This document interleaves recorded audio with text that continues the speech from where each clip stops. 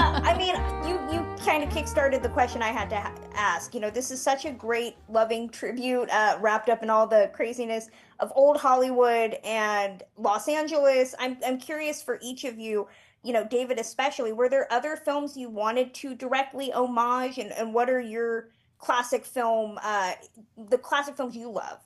Oh my God! I mean, there's endless numbers of great movies that I love. But one thing that we definitely took a direct steal from is "What's Up, Doc?" with the mistaken identical suitcases. Was that we just sort of overtly took that notion of that idea, but which has also been in other movies too. But I think there's little genre nods to different things, but mostly my real question is, what did you think of my shirt? It's awesome too. It just doesn't have Judy Garland's face on it. So. True, but thank you. I appreciate it. I mean, Zoey, I always talk as a millennial, trying to keep the classic film ethos alive. What are your classic films that you go to? Were there any you referred to for this? For this, I think we know the one that I referred to. But in my life, classic movies that I go back to, just that I'm inspired by. Yeah, I could watch It's a Wonderful Life every day of my life. Good one. It's my favorite movie. So I always go back to that. And any Katharine Hepburn. Anything with Katharine Hepburn is important to me and my household. She was a good friend. Adam's Rib, that's my go-to. So that's a good one. I mean, this is also, as we're dealing with, the need to film more in Los Angeles. I know you filmed part of this in Santa Clarita. What was it like filming LA and showing it off in a way that is both very inside baseball? I mean, this is a movie that has a song devoted to CAA, as well as accessible to an audience that maybe isn't in Los Angeles. How did you want to navigate that? Well, I think Hollywood is everyone's town. We all have a relationship to Hollywood, and the movie plays off that a little bit.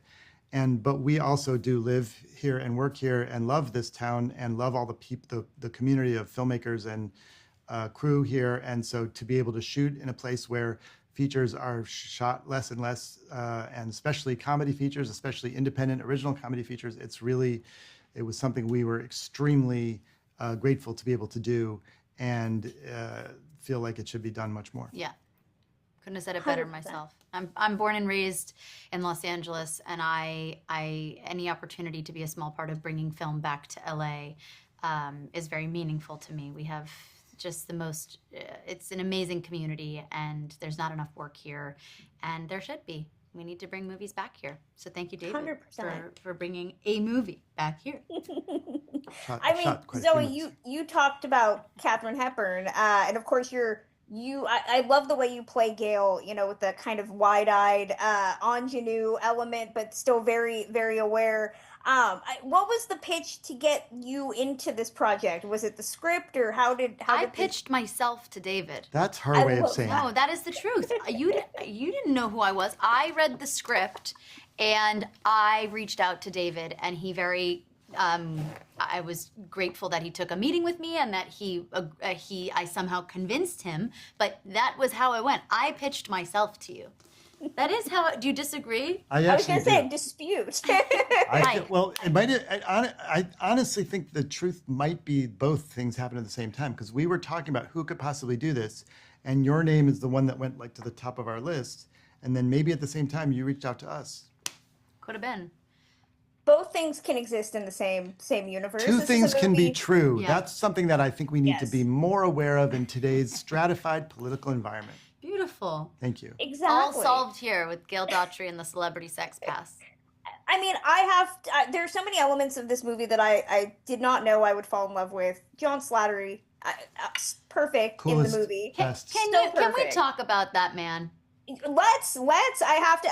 Working with him, David. How did you decide that we needed David Slattery as the cowardly John Slattery, as the cowardly lion of this film? The actual real impetus of each character was we were like, who are different types of people, all of whom would have a reason to want to find John Hamm? And then to be like, oh, okay, John Slattery, what if he's just, gotten into a different place in life, and now he wants to go, reconnect to this guy he's fallen out of touch with. And just then this perfect storm of the idea that John Slattery in real life is one of the funniest actors ever, and so is John Hamm. And we happen to know them both and have worked with them both in the past. And so it was a really just kind of a really lucky, perfect situation. So John Slattery didn't have to pitch himself to you. That was definitely going to him. Yes, that was definitely to him.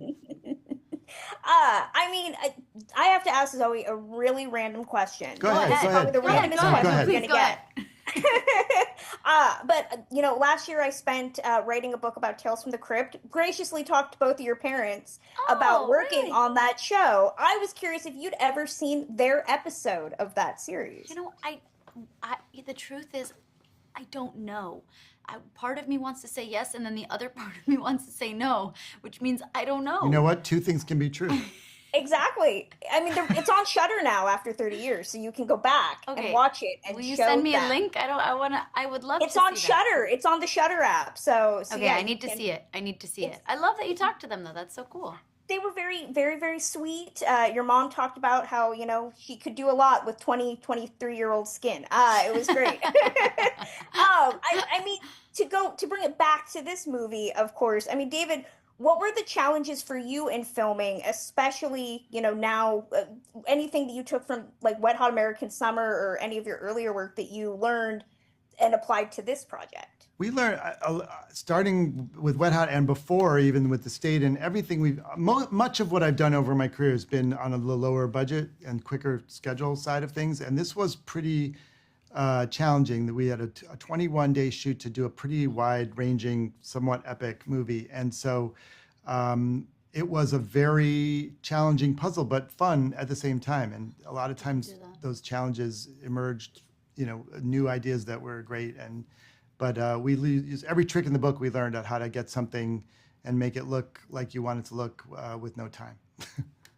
Zoe, the same question. What was the challenge for you? Anything that you learned from past projects that you applied to working on this? Yeah, certainly. I've made a lot of independent movies, and I love the spirit of making small movies, not a lot of time, and having to kind of all work together, put your heads together to solve oftentimes what feels like impossible puzzles. And, I think the thing that I learned about making a movie like this is that from before is that you really need someone who knows what they're doing.